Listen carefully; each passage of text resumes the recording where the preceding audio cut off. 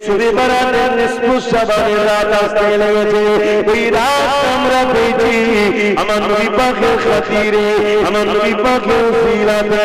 আমরা আবার রমজান মাসে রাত পেয়েছি, 5টা রাত রয়েছে। এটা লাইলাতুল কদরের রাত।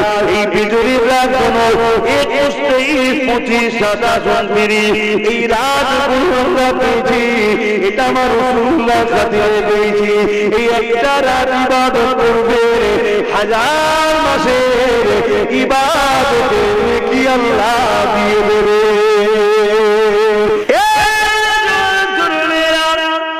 আল্লাহ নবী সারা জীবন তোমার আমার জন্য কেঁদেছে। এমন কোন দিন যাইলে, এমন কোন রাত যাইলে আল্লাহ নবী তোমার আমার জন্য কাঁদে। আল্লাহ দরবারে কেঁদে কেঁদে দুআ চেয়েছে, আল্লাহ আমার উম্মত উম্মতিদেরকে নাজাত দিয়ে দাও, আমার উম্মত উম্মতিদেরকে হিদায়াত দাও, আমার উম্মত উম্মতিদেরকে মাফ করে দাও, আমার উম্মত উম্মতিদেরকে ক্ষমা করে দাও। হে আল্লাহ, আমার উম্মত উম্মতিদের উপরে আপনি নারাজ হয়ে যাবেন না। এইভাবে আমার সারা জীবনটা কেটেছে। এই যে সামনে দিন আসছে, বৃহস্পতিবার দিবাগত যে রাত আসতে লেগেছে, শবে বরাতের নিসফু শাবানের রাত আসতে লেগেছে। ওই রাত আমরা পেয়েছি আমার নবী পাকের খাতিরে, আমার নবী পাকের উসিলাতে। আমরা আবার রমজান মাসে রাত পেয়েছি, 5টা রাত রয়েছে। এটা লাইলাতুল কদরের রাত। এই বিজুরির রাত কোনো 21, 23, 25, 27, 29 এই রাতগুলো আমরা পেয়েছি। এটা আমার রাসূলুল্লাহর খাতিরে পেয়েছি। এই একটা রাত ইবাদত করবে 1000 মাসের ইবাদতে কি আল্লাহ দিয়ে দেবে। এই যুবকেরা, তরুণরা, বাবেরা, সেই নবী আমার রওজা মুবারকে আজ তোমার আমার জন্য কাঁদছে। আল্লাহ নবী যখন দুনিয়াতে চলে যাওয়ার সময় হয়েছে, আখিরাতের দিকে রওনা দেবে, এই সময় হযরত আজরাইল আলাইহিস সালাম আমার নবী পাকের সিনা মুবারকে আদরের সাথে যখন হাতটা রাখলো, আমার নবী পাক সাল্লাল্লাহু আলাইহি ওয়াসাল্লাম বলেছিলেন, হে আজরাইল, তুমি আমার বুকের উপরে পাহাড় চাপিয়ে দিয়েছো মনে হচ্ছে। হযরত আজরাইল বলেছিলেন, ইয়া রাসূলুল্লাহ, হাবিবাল্লাহ, এত হাসানের সঙ্গে এত আরামের সাথে কারো বুকের উপরে কারো জাদু আমি কাজ করি না। ইয়া রাসূলুল্লাহ, হাবিবাল্লাহ, যেটা আপনার সঙ্গে আমাদের সাথে সিনায় হাত রেখেছে। আল্লাহ নবী কথা শোনা যায় যাবে সঙ্গে সঙ্গে কেঁদে উঠে কি বলেছিলেন, ও আজরাইল কি কথা বললে? তাহলে আমার উম্মত উম্মতিদের জান যখন কবজ হবে তারা কি করে সহ্য করতে পারবে? তারা বড় দুর্বল হবে। এই যুবকেরা, বাবেরা, তরুণেরা এতটা মায়া কে করে? পাপ করে না, মাও করে না, স্ত্রী সন্তানকে এতটা মায়া করে না যতটা মায়া তোমার আমার উপরে আল্লাহ নবী করেছে।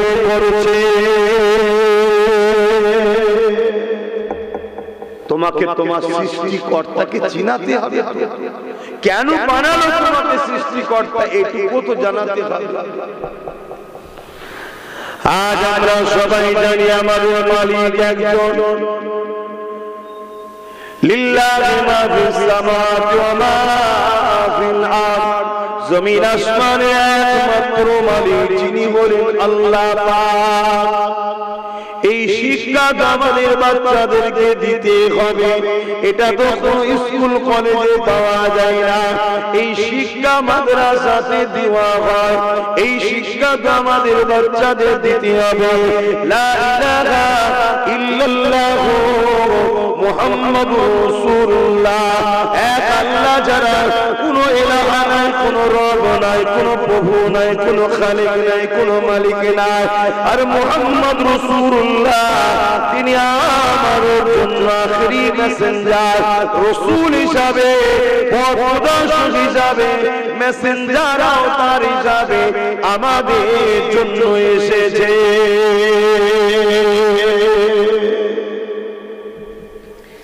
আমাদেরকে এই শিক্ষাটাও তো দিতে হবে।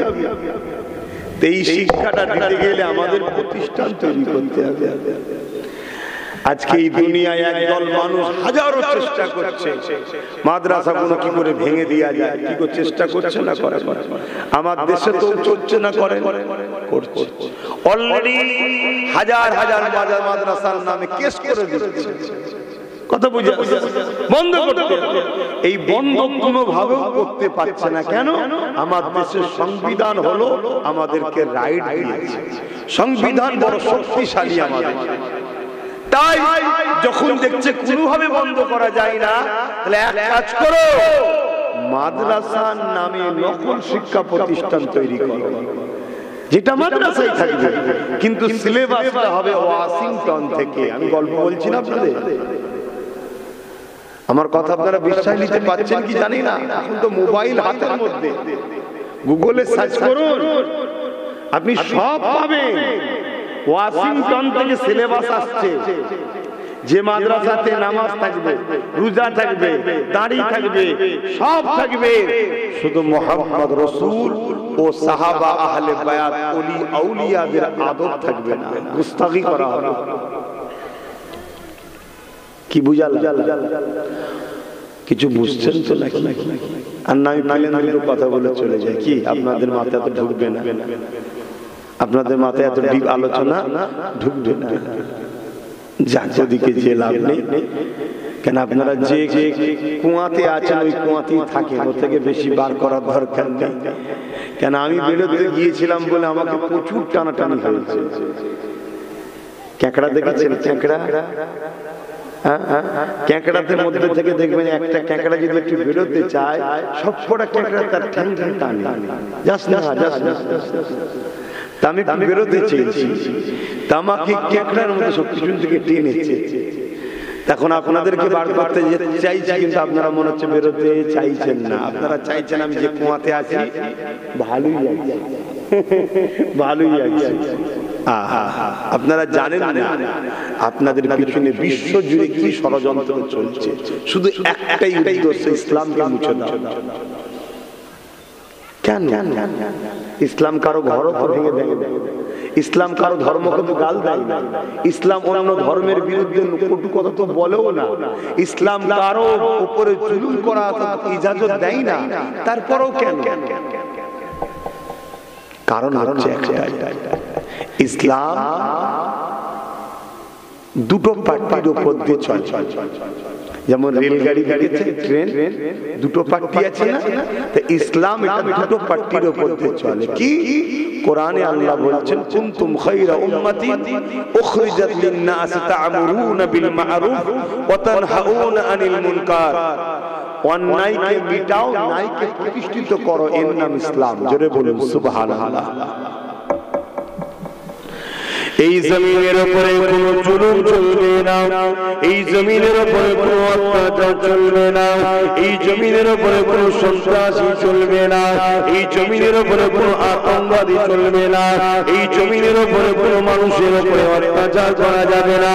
এই জমিনে নারীদেরকে অধিকার দিতে হবে, এই জমিনে নারীদেরকে সম্মান মর্যাদা দিতে হবে, এই জমিনের উপরে এতিমদের হক দিতে হবে।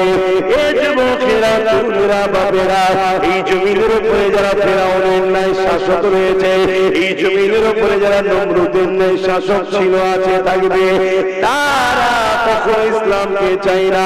কেন? তারা জানে ইসলাম অত্যাচারকে মিটিয়ে দিবেন না।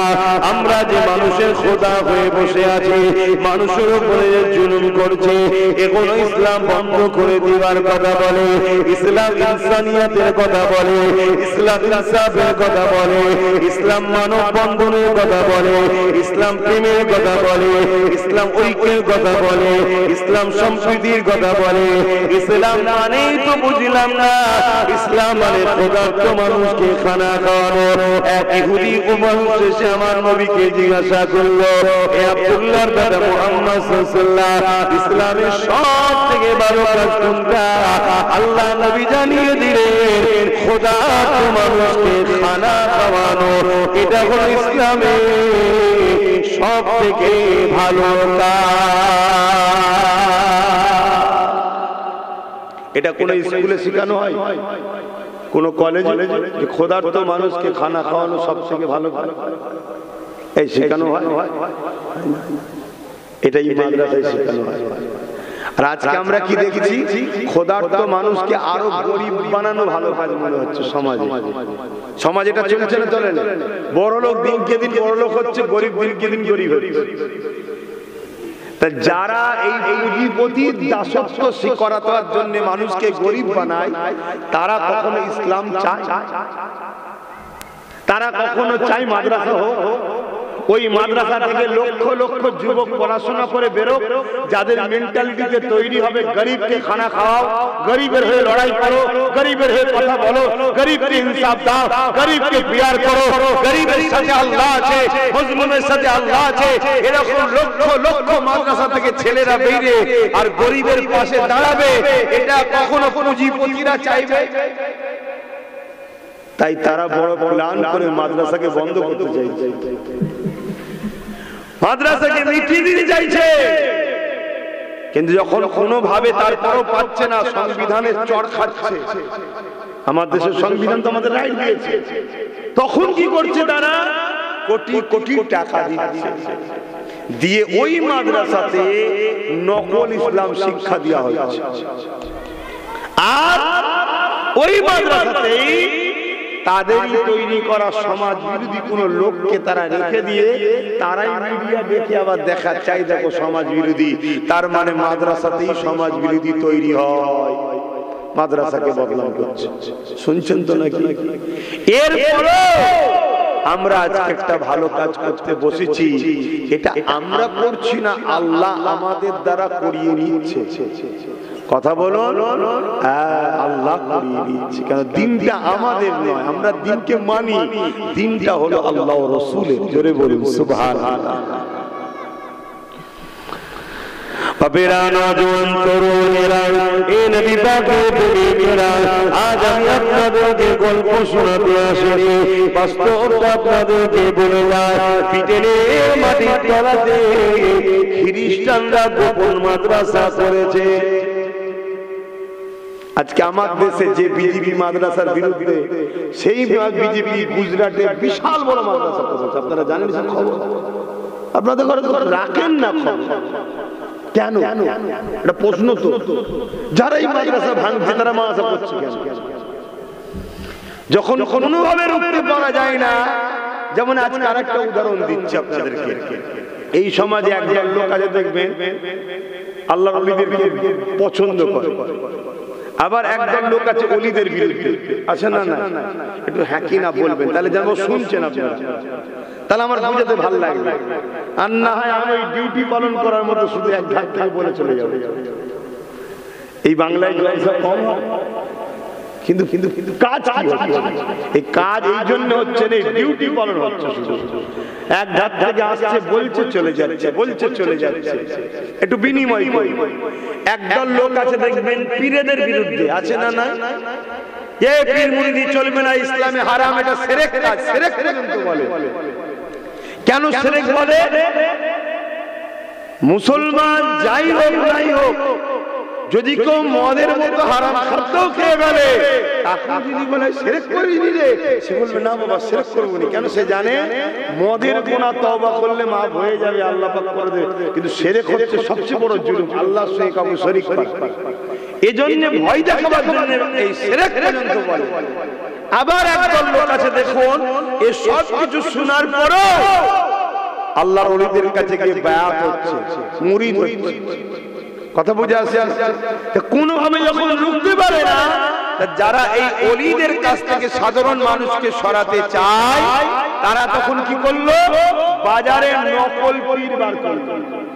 শুনছেন তো নাকি? বাজারে নকল পীর ছেড়েছে। কিরকম? বড় সব মেয়েদের মতো চুল।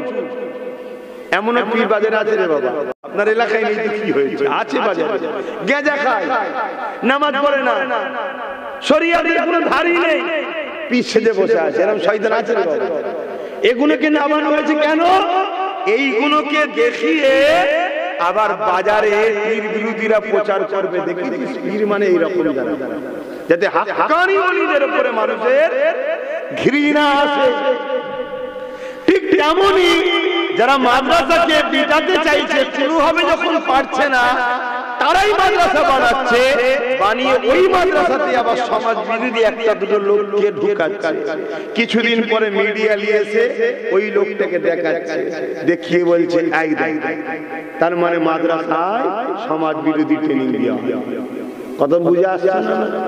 এসব একটা সাজানো নাটক, আর সবকিছুর পিছনে লক্ষ্য একটাই, আমার নবীর ইসলাম থেকে মানুষকে সরিয়ে দাও। কেননা ইসলাম যদি থাকে বৃদ্ধাশ্রমের বিরোধী ভাবে, কারণ ইসলাম শিখিয়ে দিয়েছে মা বাপের পায়ের তলায় কোনো জান্নাত, আর জান্নাত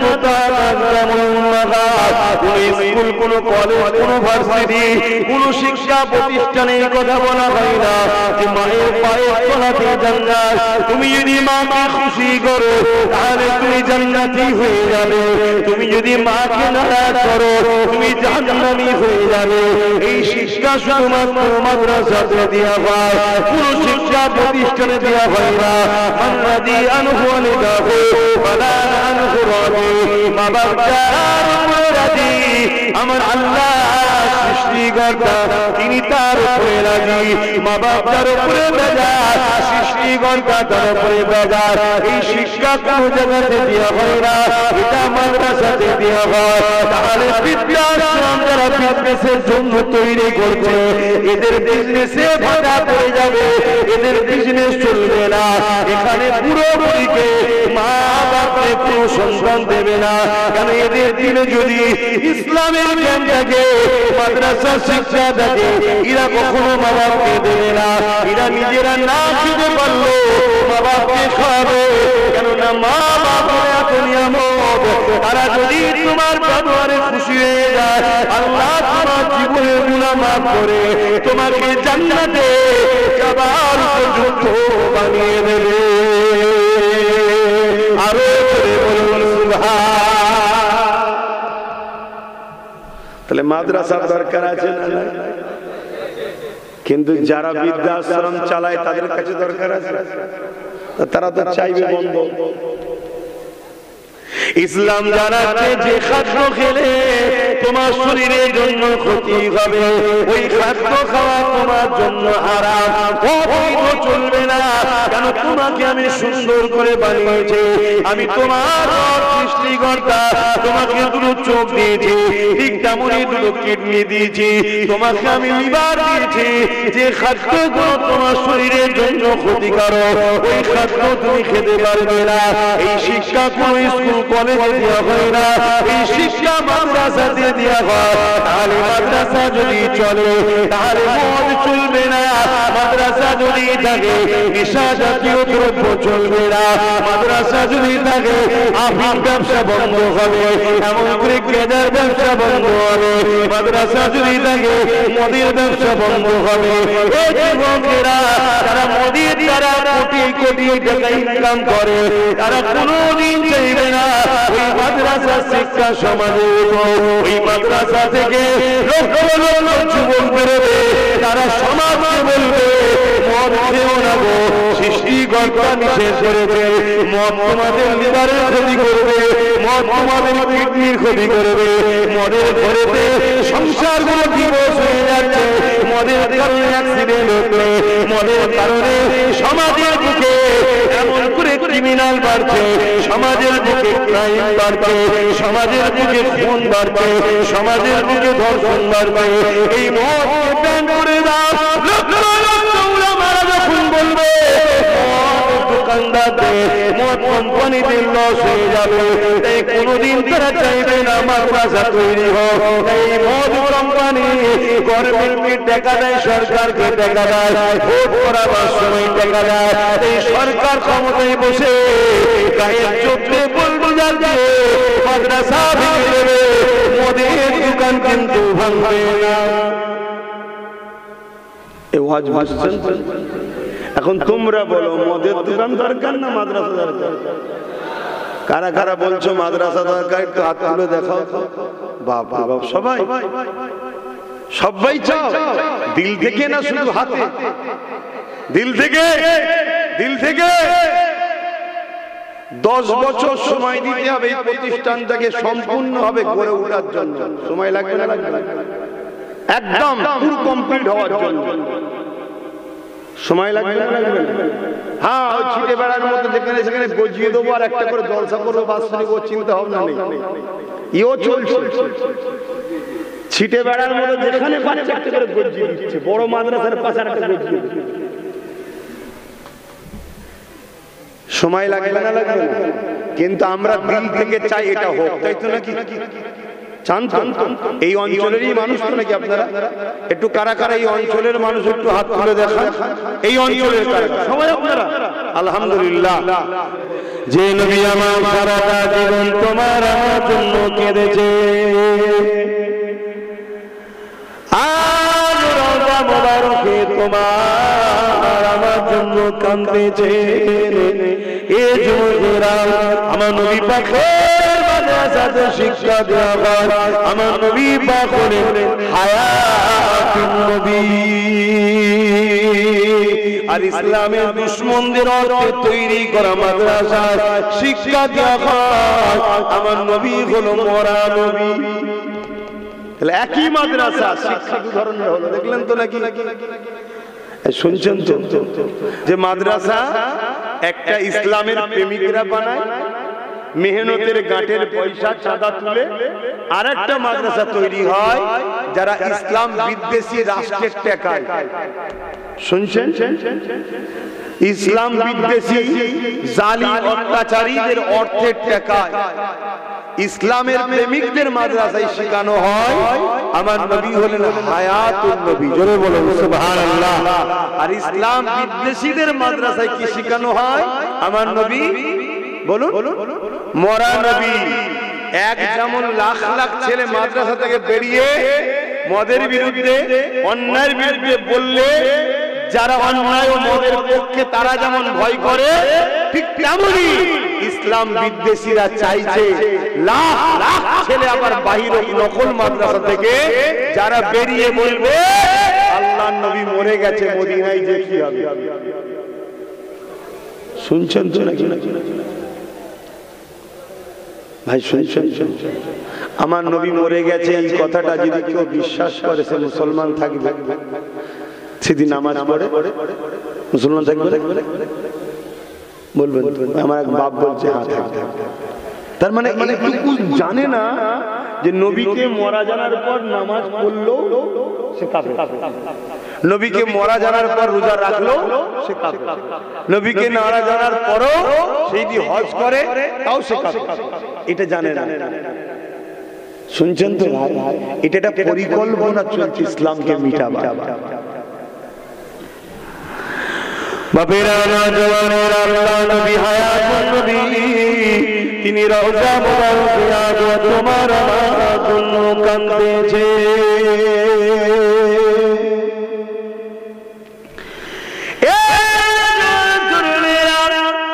আল্লাহ নবী সারা জীবন তোমার আমার জন্য কেঁদেছে। এমন কোন দিন যাইবে, এমন কোন রাত যাইবে আল্লাহ নবী তোমার আমার জন্য কাঁদে। আল্লাহ দরবারে কেঁদে কেঁদে দুয়া চেয়েছে, আল্লাহ আমার উম্মত উম্মতিদেরকে নাজাত দিয়ে দাও, আমার উম্মত উম্মতিদেরকে হিদায়াত দাও, আমার উম্মত উম্মতিদেরকে মাফ করে দাও, আমার উম্মত উম্মতিদেরকে ক্ষমা করে দাও। হে আল্লাহ, আমার উম্মত উম্মতিদের উপর আপনি নারাজ হয়ে যাবেন না। এইভাবে আমার সারা জীবনটা কেটেছে। এই যে সামনে দিন আসছে, বৃহস্পতিবার দিবাগত যে রাত আসতে লেগেছে, শনিবার নিসফু শাবানের রাত আসতে লেগেছে, এই রাত আমরা পেয়েছি আমার নবী পাকের খাতিরে, আমার নবী পাকের উসিলাতে আমরা আবার রমজান মাসে রাত পেয়েছি। 5টা রাত রয়েছে, এটা লাইলাতুল কদরের রাত। এই বিজুরির রাত কোন 21, 23, 25, 27, 29 এই রাতগুলো আমরা পেয়েছি। এটা আমার রাসূলুল্লাহ খাতিরে পেয়েছি। এই একটা রাত ইবাদত করবে 1000 মাসের ইবাদতের কি আল্লাহ দিয়ে দেবে। এই যুবকেরা বাবারা, সেই নবী আমার রওজা মোবারকে আজ তোমার আমার জন্য কাঁদছে। আল্লাহ নবী যখন দুনিয়াতে চলে যাওয়ার সময় হয়েছে, আখিরাতের দিকে রওনা দেবে, এই সময় হযরত আজরাইল আলাইহিস সালাম আমার নবী পাকের সিনা মোবারক আদরের সাথে যখন হাতটা রাখলো, আমার নবী পাক সাল্লাল্লাহু আলাইহি ওয়াসাল্লাম বলেছিলেন, হে আজরাইল, তুমি আমার বুকের উপরে পাহাড় চাপিয়ে দিয়েছো মনে হচ্ছে। হযরত আজরাইল বলেছিলেন, ইয়া রাসূলুল্লাহ হাবিবাল্লাহ, এত হাসানের সঙ্গে এত আরামের সাথে কারো বুকের উপরে কারো জাদু আমি কাজ করি না। ইয়া রাসূলুল্লাহ হাবিবাল্লাহ, যেটা আপনার সঙ্গে আমাদের সাথে সিনায় হাত রেখেছে।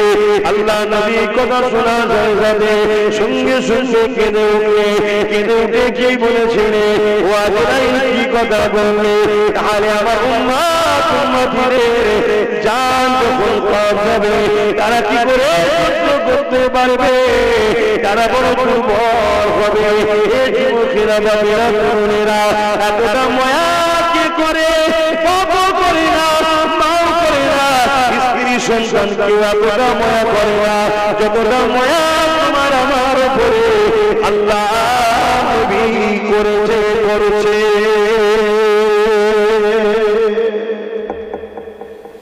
সেই নবীর ঘর করার জন্য বছরে 1000, 10 বছরে 10,000 কষ্ট হচ্ছে দিতে।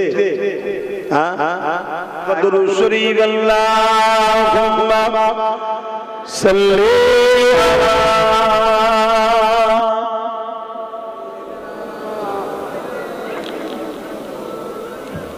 জোরে জোরে পড়েন, জোরে জোরে পড়েন।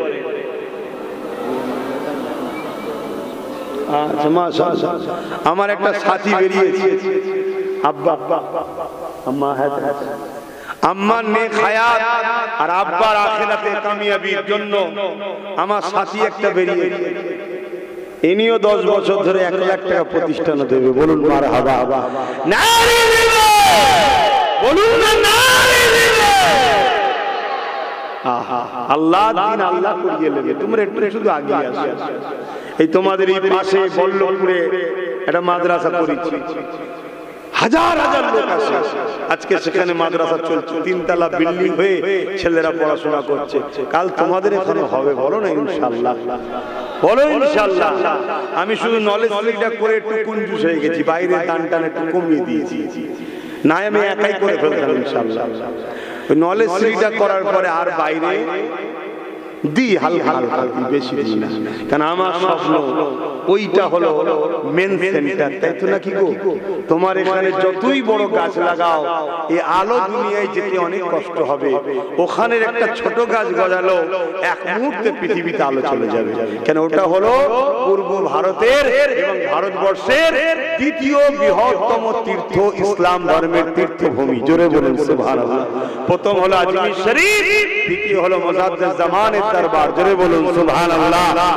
কয়েক কোটি লোক বছরে কম করে হলো 15 থেকে 20 কোটি লোক যাতায়াত করে সারা বছর মিলে যাতায়াত। 15 থেকে 20 কোটি লোকের যাতায়াত।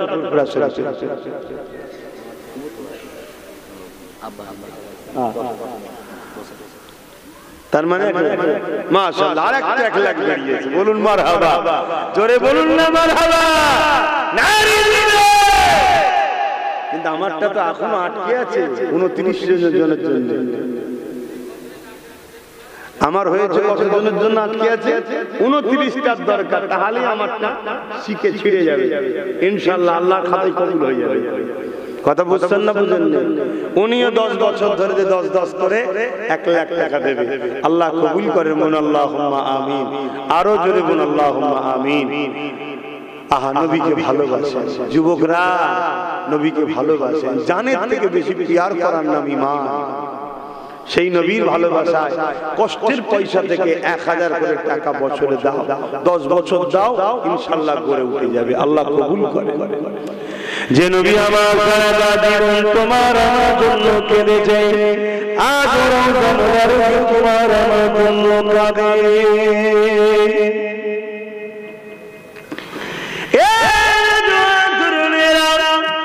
আল্লাহ নবী সাহাবাগণ দিগাকে জানিয়ে দিলেন, আমার সাহাবারা কাল কিয়ামতের ময়দান যেদিন আল্লাহ ঘোষণা করবেন, বিচারের দিন যেদিন আল্লাহ ঘোষণা করবেন, হযরত ইসরাফিল হযরত মিকাইল আলাইহিমুস সালাম দিকে আল্লাহ বলবে, হযরত জিবরাইল হযরত মিকাইল কে আল্লাহ বলবে, এ জিবরাইল মিকাইল দুনিয়া জমিনে গিয়ে আমার হাবিবকে উঠিয়ে নিয়ে আসো, আমার রাসূলুল্লাহকে, আমার বন্ধুকে, আমার দোস্ত মুহাম্মদ রাসূলকে উঠিয়ে নিয়ে আসো। আজকে দিনে আমি আল্লাহ আমার হাবিবের মাথাতে শাফাতের তাজখানা পরিয়ে দেব। আল্লাহ নবীকে তোলার জন্য হযরত জিবরাইল আলাইহিস সালাম চলে আসবে, হযরত ইসরাফিল আলাইহিস সালাম, হযরত মিকাইল আলাইহিস সালাম চলে আসবে। একবারে আল্লাহ দুজন ফেরেশতা আসবে, আসার পর জমিনে তন্ন তন্ন করে খুঁজবে আমার নবী পাক কোথায় রয়েছে, খুঁজে পাবে না। ওই সময় জমিন দিয়ে আওয়াজ দিতে লাগবে, ও রব্বি আল্লাহ, আপনার হাবিব কোথায় রয়েছে, আমি জিবরাইল খুঁজে পাচ্ছি না। আল্লাহ পাক ওই সময় বলতে লাগবে, এই হযরত জিবরাইল দুনিয়ার জমিনে কান লাগিয়ে লাগিয়ে শোনো, যেখান থেকে দেখবে কান্নার আওয়াজ আসে, ওই জায়গাতে আমার হাবিব তিনার গুনাহগার উম্মত উম্মতি নাজাতের জন্য কাঁদতেছে। আরো সুবহান। যে নবী আজ কাঁদছেন আমাদের জন্য, সেই নবীর ভালোবাসায় আর 29 জন ভাই পারবেন না 1000 করে টাকা বছরে দিতে। দেখি না কার দিল কাঁদে, প্রথম কি হাত তুলে দেখি 29 এর মধ্যে প্রথম কার দিল কাঁদে দেখি, যে আমি 1000 টাকা দেবো, প্রতি বছরে বছরে 1000 করে দেবো, আল্লাহ যেন আমার রুজিতে বরকত দেয়। বলুন আল্লাহুম্মা আমিন, জোরে বলুন না আল্লাহুম্মা আমিন। আরে আল্লাহ দিলে তবে তো দেবে। কে? খোদা কি আযমত क्या है, मोहम्मद मुस्तफा जाने मकामे मुस्तफा क्या है, मोहम्मद का खुदा जाने, खुदा की अज़मते क्या है, मोहम्मद मुस्तफा जाने मकामे मुस्तफा क्या है, मोहम्मद का खुदा जाने।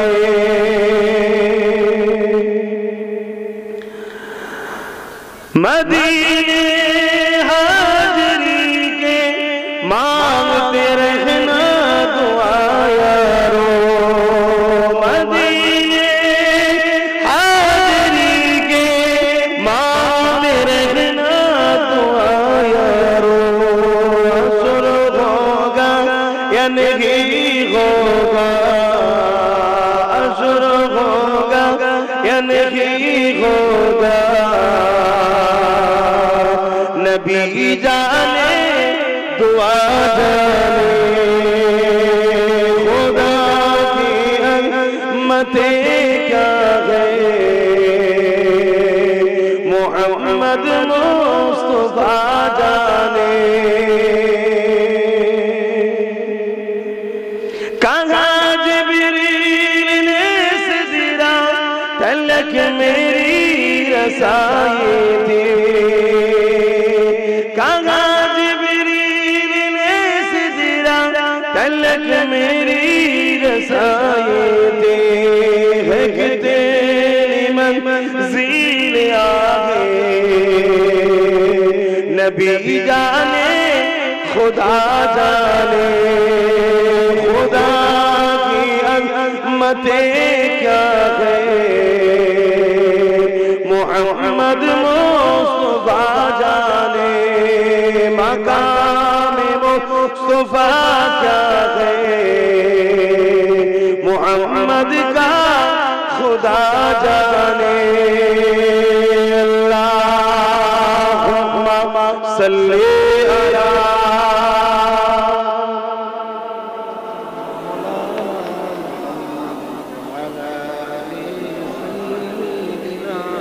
Maulana